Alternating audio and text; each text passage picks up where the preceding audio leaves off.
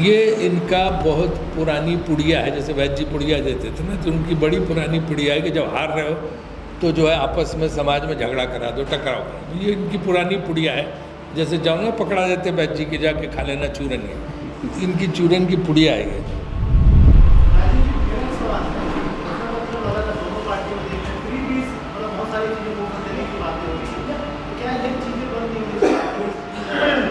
देखो, अगर बंद करनी तो सब सिंसियरली बंद करें। गरीबों की मदद करना कोई ये नहीं होता, हम उसके पक्ष में नहीं, लेकिन दूसरा कोई दे तो फ्री बीज है, रेवड़ी बांट रहे हो। हम दें तो रेवड़ी नहीं है, हम जो करें वो सब सही है। खाता ना भाई, जो हम करें वही सही। तुम अगर कुछ करते हो तो तुम गलत हो। हमारे खिलाफ जो पार्टी सब गलत है। हमारे वाले देश लूट लें, वीडियो पे मध्य प्रदेश के मंत्री के बेटे का खुलेआम आ रहा है, सैकड़ों करोड़ का, वहाँ कोई नहीं जाता, न ईडी जाती न कुछ जाती, वो सब सही है। खुद जाके महाराष्ट्र में बोल रहे हैं कि अजीत पवार ने 70,000 करोड़ का सिंचाई घोटाला किया, इससे ज़्यादा भ्रष्ट व्यक्ति कोई नहीं है। एक हफ्ते बाद अजीत पवार पहुँच गए उनके पास कि हम विधायक ला के सरकार बनवा देंगे। अब उससे बढ़िया कोई आदमी नहीं, अब उसको महात्मा गांधी बनवा भावे बना दी, उससे बढ़िया कोई है ही नहीं। ये उनका सेट आप देख लो, आप सब पत्रकार आप देखते हो, करोड़ों नेता होंगे बीजेपी के जैसे दावा करते हैं, एक के घर कभी कोई एजेंसी ईडी गई?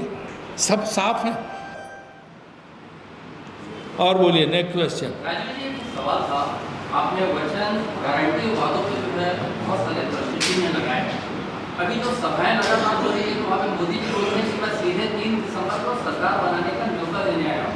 एक बात देखिए, ये सवाल थोड़ा सा अभी आगे हुए। देखिए ये दूसरी बात है कि कल अमित शाह जी की सभा थी, फिर जो IAS के पास से जो है नौकरी से इस्तीफा देकर जो चुनाव लड़ रहे हैं, उनके बारे में वो आपके मंच से वो कह गए कि इन्हें जिताइए, बड़ा आदमी बनाने का काम मेरा है। ये ऐसे कैसे जा रहे हैं? देखिए, पहला सवाल जो आपने बोला, ये इनकी एक स्टाइल है कि हम सरकार बनाना जा रहे हैं, जनता जाए भाड़ में, जनता कुछ करे, हम सरकार बनाने जा रहे हैं। ये अपना ऐसे कह के एक जो है लोगों में भ्रम फैलाने की कोशिश करते हैं। कर्नाटक में भी जाके बोला था कि हम सरकार बना रहे हैं। बंगाल में तो रोज ही जाके कहते थे, दीदी ओ दीदी,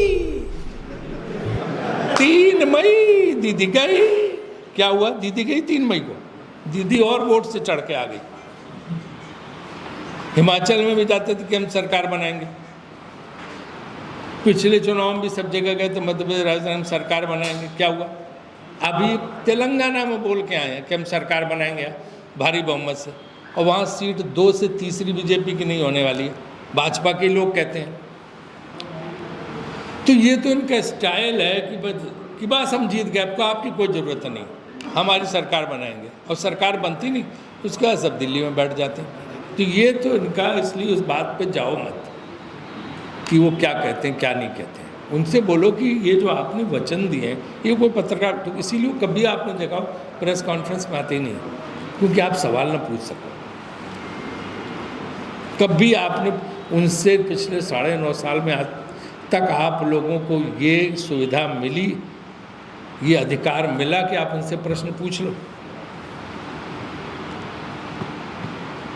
पूछ ही नहीं सकते।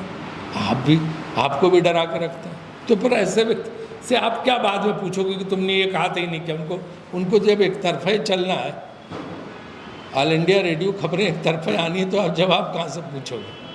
तो इसलिए उस बात का कोई महत्व नहीं कि प्रधानमंत्री जी, आदरणीय प्रधानमंत्री जी क्या बोल के जाते, क्योंकि वो तो इसके लिए जवाबदेह बाद में होंगे नहीं।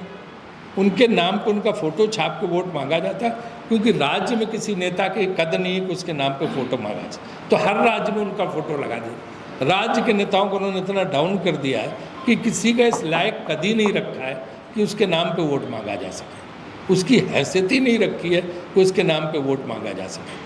तो इसलिए अपना फ़ोटो सब जगह लगवा देते हैं, और बाद में चूँकि हमें जवाब देना नहीं, राज्य सरकार जाने जो भी, तो इसलिए जो है उनका कोई मतलब नहीं होता। दूसरी चीज़, उन्होंने किसी चौधरी के का बड़ा आदमी बनाएंगे, तब से आपने अच्छा समझ गए भाजपा के बाकी नेता जो यहाँ लाइन में बैठे हैं वो खलबली मची हुई है। सुबह से उन्हें नींद नहीं आ रही कि करें क्या भाई, ये कहाँ से जो है एक नया नाम आ गया। तो उनकी वो सब जगह ही जाके बोल देते हैं, इतने कैंडिडेट खड़े कर देंगे कि आपस में ही लड़ मरेंगे सब कैंडिडेट। आपने कहा कि 10 लाख फ्री ट्रीटमेंट देंगे आपकी दूसरा मतलब नहीं। तो मैं ये पूछना चाहता हूँ कि 10 लाख का फ्री ट्रीटमेंट में कोई क्लॉज तो नहीं है? नहीं, वो घोषणा पत्र में स्पष्ट है 10 लाख रुपए तक का बीपीएल है और 5 लाख तक का एपीएल है। घोषणा पत्र में साफ साफ लिखा हुआ है, इसमें कोई कंफ्यूजन वाली बात इसका नहीं। कॉपी नहीं मिला आपको? इसमें स्पष्ट।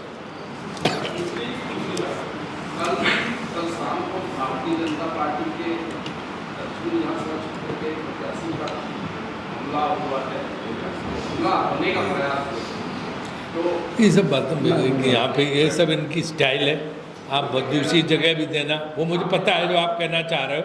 ये इनके लग रहा है कि चुनाव उनके हाथ से निकल गया, तो चुनाव को सांप्रदायिक करो, कम न करो, पुराना फार्मूला घिसा पटा लाने के ये तमाशा करते हैं। ये सब ढोंग है, बनाया हुआ है, फेक है, ड्रामा है, इसलिए इस पर ध्यान ही न दो।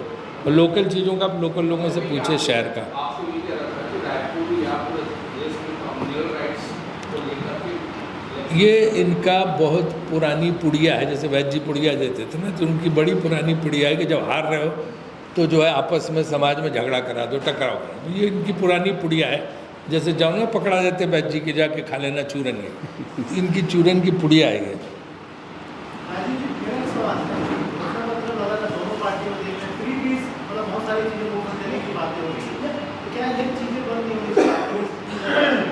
देखो, अगर बंद करनी तो सब सिंसियरली बंद करें। गरीबों की मदद करना कोई ये नहीं होता, हम उसके पक्ष में नहीं। लेकिन दूसरा कोई दे तो फ्री बीज है, रेवड़ी बांट रहे हो। हम दें तो रेवड़ी नहीं है। हम जो करें वो सब सही है। खाता ना भाई, जो हम करें वही सही। तुम अगर कुछ करते हो तो तुम गलत हो। हमारे खिलाफ जो पार्टी वो सब गलत है।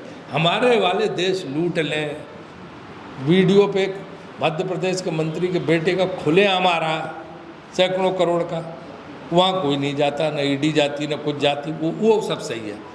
खुद जाके महाराष्ट्र में बोल रहे हैं कि अजीत पवार ने 70,000 करोड़ का सिंचाई घोटाला किया, इससे ज़्यादा भ्रष्ट व्यक्ति कोई नहीं है।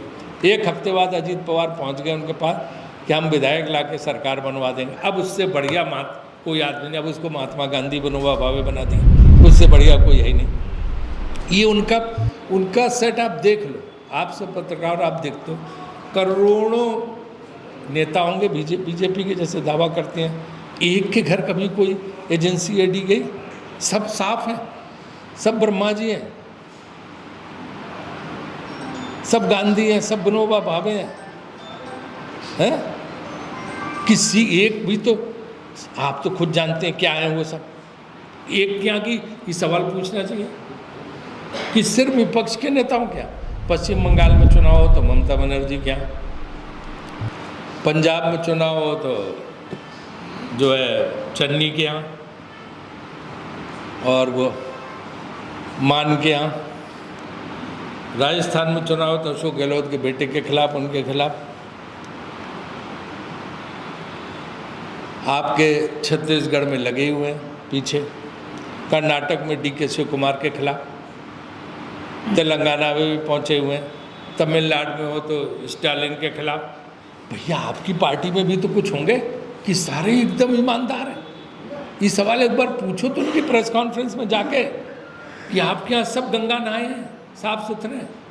वो फेमस एक चलता है ना कि ईडी वाला फ़ोन कर रहा है भाजपा एक नेता को कि भाई आपको नोटिस आया, कल आपको आना। उसने कहा कि भाई साहब मुझे क्यों आना, हमने तो कल बीजेपी ज्वाइन कर ली। कल अच्छा कर ली, अच्छा तब ठीक, फिर मत आना, फ़ोन काट देता। तो मजाक बना दिया। एक ईडी जैसी संस्था की साख खत्म हो गई है, अब लोग हंसते हैं उस पर और उसका कुछ फर्क नहीं पड़ता। कल तुम्हें दूर मिलाई सब्जी, कोई बात ही नहीं कर रहा है। आप देखो ना, इस सरकार ने, पिछली सरकार जो थी भाजपा की, उसके खिलाफ कितनी रिपोर्ट, इंडियन एक्सप्रेस जैसे अखबार ने सीरीज चलाई थी पनामा की, कोई यहाँ से तो नहीं चली थी। कितने आरोप लगे थे, पूरा वो पढ़ देता हूँ मैं, यहाँ पे कागज है।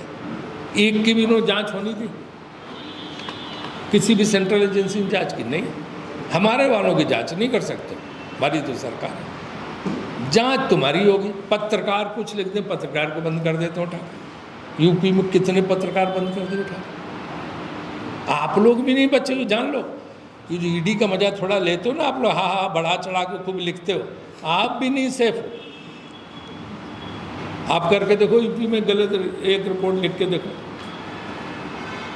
अब ये नया खुला है, पत्रकारों को भी उठा के बंद कर देना, पहले कि नहीं होता था कभी है। सर एक सवाल है, आप जो है छत्तीसगढ़ से राज्यसभा सांसद हैं और इस चुनाव में भी आप 3 सांसदों का बागियों का मुद्दा वो कई सभाओं में कह रहे हैं कि आप 3 सांसद जो है छत्तीसगढ़ से बाहर हैं। क्या आप इस प्रेस कॉन्फ्रेंस के माध्यम से बताना चाहेंगे? हाँ जरूर बताना चाहेंगे। छत्तीसगढ़ियों के लिए जो वो कहते हैं, वो सवाल उठाते हैं कि आपने छत्तीसगढ़ियों के लिए क्या किया है पिछले 2 साल में? नरेंद्र मोदी बनारस। देखिए, जिस सबसे ज़्यादा पार्लियामेंट में अगर छत्तीसगढ़ की किसी समस्या उठाई तो मैंने उठाई। आपने अखबारों में पढ़ा होगा, जितने डेलीगेशन मिले, जितने छत्तीसगढ़ के मुद्दे संसद में उठाए मैंने उठाए, शायद ही किसी ने उठाए। और इनके सांसद तो कुछ उठाते नहीं, चुप रहते रहे। और जयशंकर जी विदेश मंत्री कहाँ से हैं? गुजरात से, गुजराती हैं। हरदीप पुरी कहाँ से हैं? ऊर्जा मंत्री उत्तर प्रदेश के हैं। मोदी जी, स्मृति ईरानी, मोदी जी। स्मृति ईरानी जी गुजरात से हो गई थी, वो कहाँ की है? दिल्ली के। सर आपने कौन सा तो अब मैं ये बोला कि ये भारत एक संविधान संशोधन हो गया था, उसके बाद पार्लियामेंट में सुप्रीम कोर्ट दोनों ने कर दिया था कि भारत में कहीं से भी वोटर हो, कहीं से भी राज्यसभा भी लड़ सकता। पहले ये था कि राज्य का होना चाहिए, तब भी बाहर के लोग लाके उनको वोटर बना। अब तो वोटर भी बनाने की जरूरत नहीं। सवाल ये है कि जो चीज़ मुखरता से जो व्यक्ति प्रदेश की समस्या उठा सके वो आना चाहिए, और मैंने लगातार उठाई है। हर दिन का क्वेश्चन उठा लो पार्लियामेंट का, छत्तीसगढ़ पे सवाल होता ही है हमारा। तो आपने क्या उठाया सर? तो वही जानना चाह रहा था। आप अगर अखबार ही नहीं पढ़ते हो तो बताओ हम भैया क्या करें? आगे सब पता दे दो, हम जो उठाते हैं आपके घर भेज दे। अरे यार 1.5 साल जो उठाया अब यहाँ बता दें प्रेस कॉन्फ्रेंस में।